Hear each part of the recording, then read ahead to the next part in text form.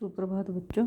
आज हम हिंदी व्याकरण में क्रिया इस पाठ का अध्ययन करेंगे। इसमें ये कुछ वाक्य दिए हैं।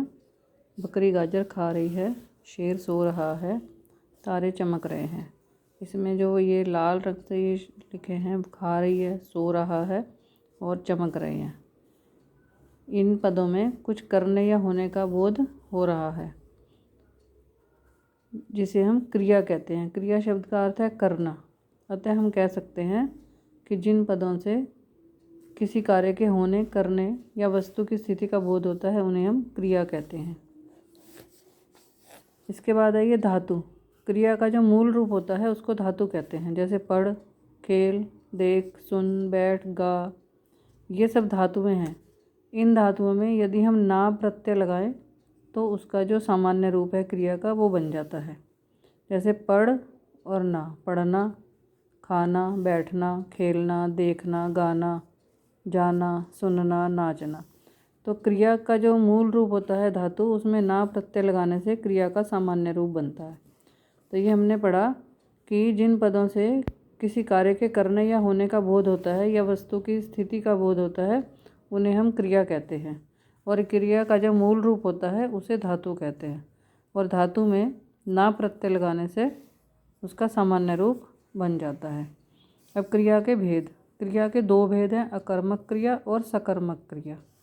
अकर्मक का अर्थ है कर्म के बिना, जिस क्रिया में कर्म नहीं होता। और सकर्मक का मतलब है कर्म के साथ, जिस क्रिया में कर्म होता है। जिस क्रिया में कर्म नहीं होता वो अकर्मक क्रिया कहलाती है, और जिस क्रिया में कर्म होता है वो सकर्मक क्रिया कहलाती है। जैसे इसमें यह है अकर्मक क्रिया के उदाहरण है ये कुछ। मोहन दौड़ता है, सीता नाचती है, नितिन खेलता है, माताजी हंसती हैं। इसमें कर्म कुछ नहीं है, केवल क्रियाएं दी हैं।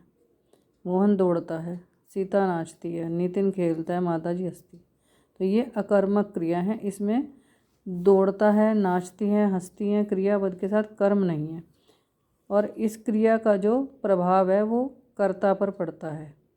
तो ये क्रिया जो है वो अकर्मक क्रिया कहलाती है। इसमें कर्म की अपेक्षा नहीं है, मतलब इसमें जो भी काम हो रहा है उसमें कर्म की ज़रूरत नहीं है। अपेक्षा का मतलब होता है ये जो क्रिया है ये कर्म की अपेक्षा नहीं करती, मतलब कर्म की इच्छा नहीं करती। इस क्रिया को कर्म की आवश्यकता नहीं है। तो इसलिए जिस क्रिया के फल का प्रभाव कर्म पर न पड़कर कर्ता पर पड़ता है उसे हम अकर्मक क्रिया कहते हैं। जैसे ये क्रिया है दौड़ना, बैठना, ठहरना, सोना, रोना, जागना,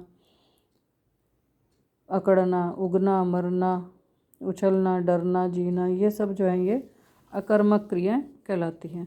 तो जिस क्रिया में कर्म नहीं होता वो क्रिया अकर्मक क्रिया कहलाती है। फिर है ये सकर्मक क्रिया। जिस क्रिया में कर्म होता है वो सकर्मक क्रिया कहलाती है। जैसे गाय घास खाती है। अब ये जो खाने की क्रिया है, इस क्रिया के लिए घास का होना ज़रूरी है। तो गाय घास खाती है, खाने के लिए किसी भी वस्तु का होना ज़रूरी है। तो ये क्रिया जो है ये कर्म की अपेक्षा करती है। तो इसमें गाय घास खाती है, तो ये सकर्मक क्रिया है। जैसे श्री कृष्ण ने कंस को मारा, यहाँ पर मारने की जो क्रिया है उसके लिए कंस को मारा। समर्थ स्कूल जाता है, समर्थ जाता है, तो जाने की क्रिया जो है वो कहाँ जा रहा है, तो ये जो है स्कूल जाता है। मैं निबंध लिखता हूँ, तो लिखने के लिए कुछ किसी भी चीज़ की ज़रूरत होगी, तो यहाँ पर निबंध लिखता हूँ। तो यहाँ पर हर एक क्रिया के साथ कर्म जुड़ा हुआ है, तो ये सकर्मक क्रिया है। जैसे ये दिया है माली पौधों की कटाई कर रहा है, तो ये जो कटाई करने का काम है वो पौधों की, तो यहाँ पर भी सकर्मक क्रिया है। इन वाक्यों में खाती है, कटाई कर रहा है, मारा जाता है और लिखता हूँ क्रियाओं का फल क्रमशः गाय, माली, समर्थ, श्री कृष्ण, मैं, पर न पढ़कर, घास, पौधे, कंस, स्कूल और निबंध पढ़ रहा है। मतलब इसका अर्थ ये है कि ये जो क्रियाएं हैं इनका जो प्रभाव है, इनका जो फल है वो कर्ता पर न पढ़कर कर्म पर पड़ता है। तो जिस क्रिया का फल कर्म पर पड़ता है वो सकर्मक क्रिया होती है, और जिस क्रिया का फल कर्ता पर पड़ता है वो अकर्मक क्रिया होती है। तो जिन क्रियाओं का फल कर्ता को छोड़कर कर्म पर पड़े वह सकर्मक क्रिया कहलाती है। और इधर हमने पढ़ा था कि जिन क्रियाओं का फल का प्रभाव जो है वो कर्म पर ना पड़कर कर्ता पर पड़ता है उसे अकर्मक क्रिया कहते हैं। तो जो क्रिया का फल कर्म पर पड़ता है तो वो अकर्मक क्रिया होती है, और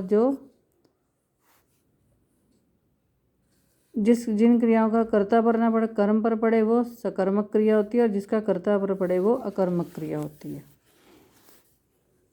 इसके बाद है इसमें सकर्मक क्रिया के भेद। सकर्मक क्रिया के भी दो भेद हैं, एक तो एक कर्मक और एक द्विकर्मक। जिस क्रिया में एक कर्म होता है वो एक कर्मक क्रिया कहलाती है, और जिस वाक्य में दो कर्म होते हैं वो द्विकर्मक क्रिया कहलाती है।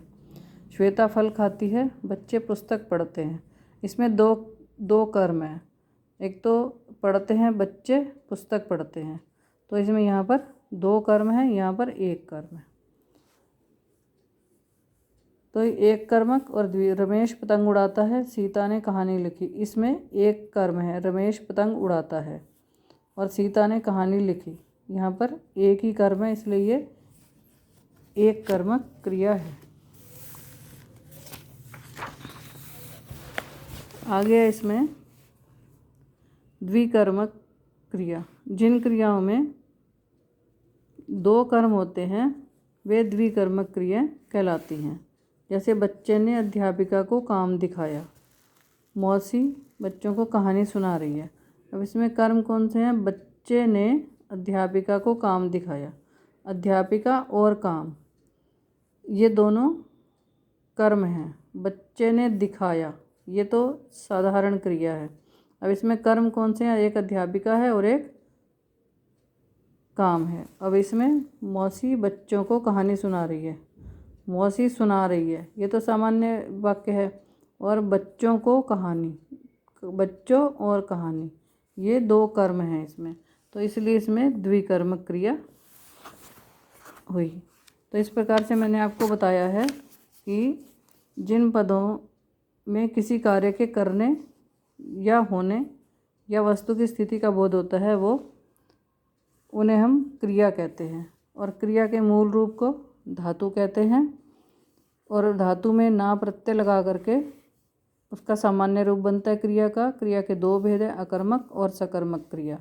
अकर्मक क्रिया वो होती है जिसमें कर्म नहीं होता, और सकर्मक क्रिया वो होती है जिसमें कर्म होता है। जिस क्रिया के फल का प्रभाव कर्म पर न पड़कर कर्ता पर पड़ता है वो क्रिया अकर्मक क्रिया कहलाती है, और जिन क्रियाओं का फल कर्ता को छोड़कर कर्म पर पड़े वह सकर्मक क्रिया कहलाती हैं। सकर्मक क्रिया दो तरह की होती है, एक कर्मक और द्विकर्मक। जिसमें दो कर्म होते हैं वो द्विकर्मक होती है, और जिसमें एक कर्म होता है वो एक कर्मक क्रिया कहलाती है।